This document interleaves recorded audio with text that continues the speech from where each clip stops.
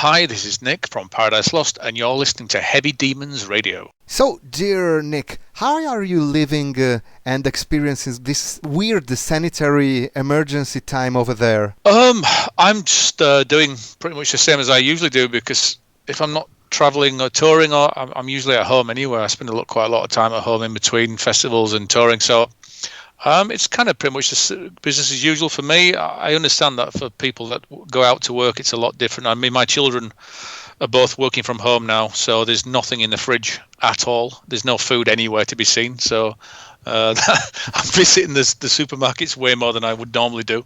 But other than that, I guess it's kind of strange when you go out and how people, with the social distancing, and it's a bit kind of weird. But yeah, I mean, it's, it is what it is, and you just have to get used to it and get over it. Yeah, and talking about the new album, variety could be the keyword to the description of Obsidian.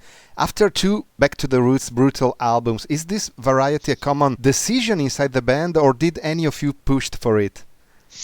No, I just think when we started writing, it's just the way it turned out. The last album was a very specific doom death album. Yeah. That was what we wanted to do for the Medusa album. So for this one, we just wanted to vary it a little bit. I mean, it's still very much a Paradise Lost album. It's still a very heavy album. It's still very dark. But we just didn't want to do it something that's quite as one-dimensional as the last album.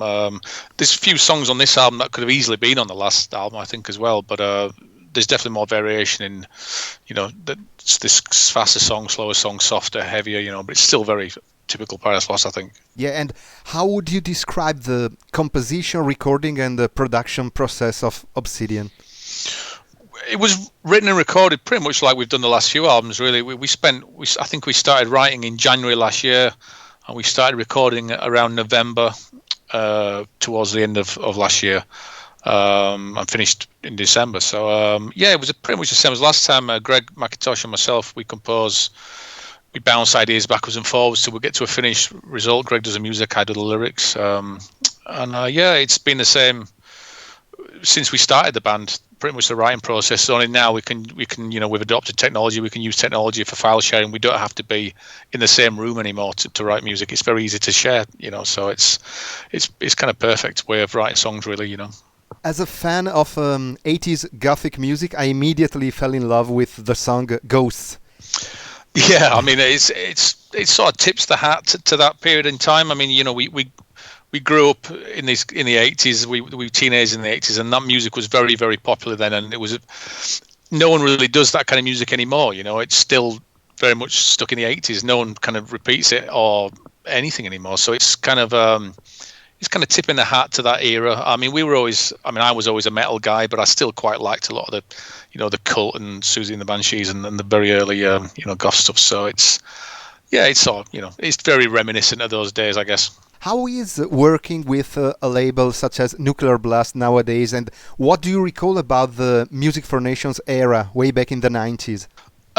Nuclear Blast's great, yeah. It's everyone that's working for the label, they're very much behind the bands that they're working with, and a lot of people who work with the fans of the music they're working with. So it's it's great to have that enthusiasm. People that are already very versed in this era of music, this the kind of genre of music that we're working. So, I mean, the same with even when we started with Music for Nations, everyone there was very much behind the bands that we're working with. They were fans of the music, and so I think it really helps. A lot of some record labels, they don't necessarily employ people that are into the music that they're working on. And perhaps you get that with bigger labels, with kind of big major labels maybe. Yeah. But I think with the metal labels, Century Media, Nuclear Blast, there's a lot of good people work at those labels, and they really work hard for the artists.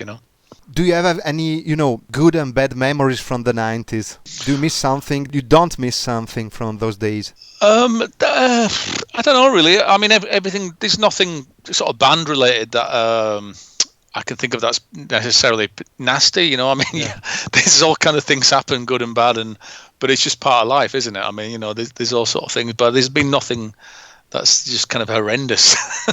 I mean, as far as tying in with record labels, we've always been very lucky with record labels, so we've always been able to do what we wanted, and we've been I know a lot of bands haven't been so fortunate, but we've always been lucky in that respect. But I can't really think of any kind of redeeming horror story, if I'm honest. Yeah. Once finished this emergency, what shall we expect talking about your live activity? I've seen you will be doing a one-time show playing Obsidian in its entirety, maybe in Leeds, if I remember. Yeah.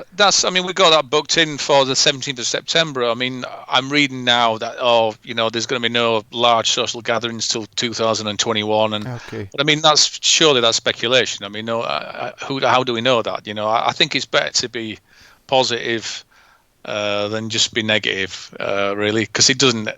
We don't know the facts either way. So at least be positive, I think. So I mean, I think to plan ahead and to plan shows this year, there's nothing wrong with that. And if it doesn't work out, then at least we try to be optimistic rather, as opposed to being pessimistic.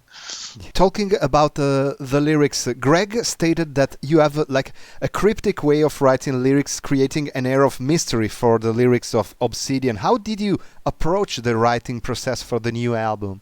I mean, I write about a lot similar topics, really. I just, I write about faith, any type of faith. I find faith fascinating, faith in people, faith in religion, faith in whatever. I find it's always fascinating. On this album, I write a lot about consequence, taking the wrong path in life. Usually life topics, but I don't like. I like them to be ambiguous. Ambiguity is a good thing, I think, when we're writing lyrics. So yeah, it's but kind of tying songs down to one subject, I find it a little bit tedious from a writing point of view for me. But it's there's always things going on in the world to write about, always, every day. And I've always been fascinated by some of your old, less symbolic, let's say, lyrics, such as Sweetness, I See Your Face, Say Just Words, for instance. Were they conceived because of more direct personal experiences? Yeah, probably. I mean, sometimes you can have like a huge life event that can trigger something. Obviously, that's a kind of given, I guess. But there can be little things, little interactions I can have with people. Or I could perhaps have... I could be somewhere and all of a sudden something happens and it just completely changes the situation, and then all of a sudden the tiniest thing can kind of turn into a big thing, and I find that thing quite an interesting concept, really. But I mean, the lyrics can come from anywhere. The tiniest event can trigger me to write something. Will you be working on any side projects such as Bloodbath in the future? Yeah, we did have quite a few festivals planned for this year, but unfortunately they've gone by the wayside already, I guess. We were due to go to America as well this year, but that's obviously not happening now. We'll be out again with Bloodbath as soon as we can, as for another album, hopefully, we'll see what happens. But, that's kind of put on pause like everything else at the moment, What kind of music are you listening to when you are home, free from the Paradise Lost duties? Currently, I'm not even listening to music. I'm listening to the radio. Okay. I'm listening to the news radio channels. That's all I listen to at the moment. If I do listen to music, it's usually when I'm in an incredibly good mood, and then I would probably listen to a lot of the stuff I liked when I was a kid and growing up, and I still take a lot of comfort in the original bands that I liked when I was growing up. But yeah, there's still new bands that I hear occasionally that my ears prick up. But I still kind of like the original old stuff, Yeah, and which were the bands you grew up with?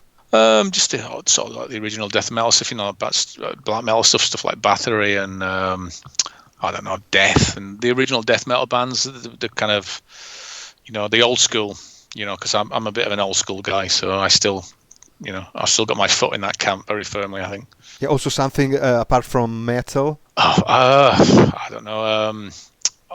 Off the top of my head, I don't know. I mean, I've been saying it for 25 years, but Dead Can Dance, I still listen to Dead Can Dance. I could do a playlist and it would still be relevant when I was 18. It would still be relevant now as it was when I was 18. It's the same playlist.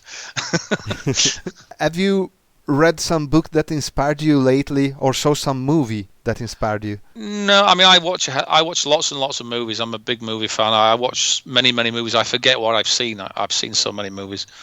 Books. I'm currently reading old Stephen King books again, because I'm looking at them from a different perspective now. Because I read them when I was a kid, and now I'm reading some of them, the old ones. I mean, I'm reading them like as an adult, and they actually seem like different books completely to me. So it's quite exciting reading those old King books.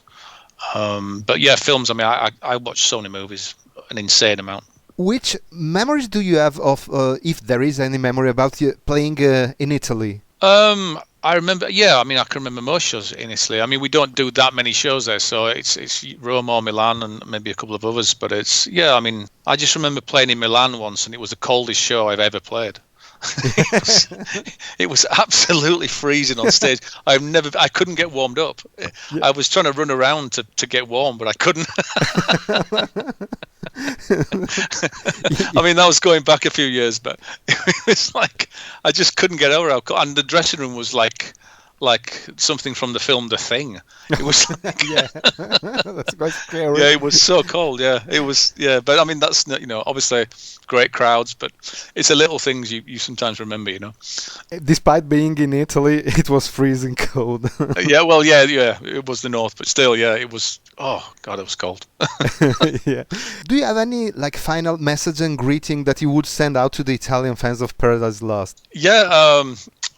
Take care of yourself, and I hope that the lockdown's over soon and everyone can get back to normal as normal as we can get. And our album's out on the 15th of May, so please download it, enjoy it, and hopefully we can get over to play some warmer shows Yeah. in Italy in this year, hopefully. Yeah, but if not, next year for sure. Yeah.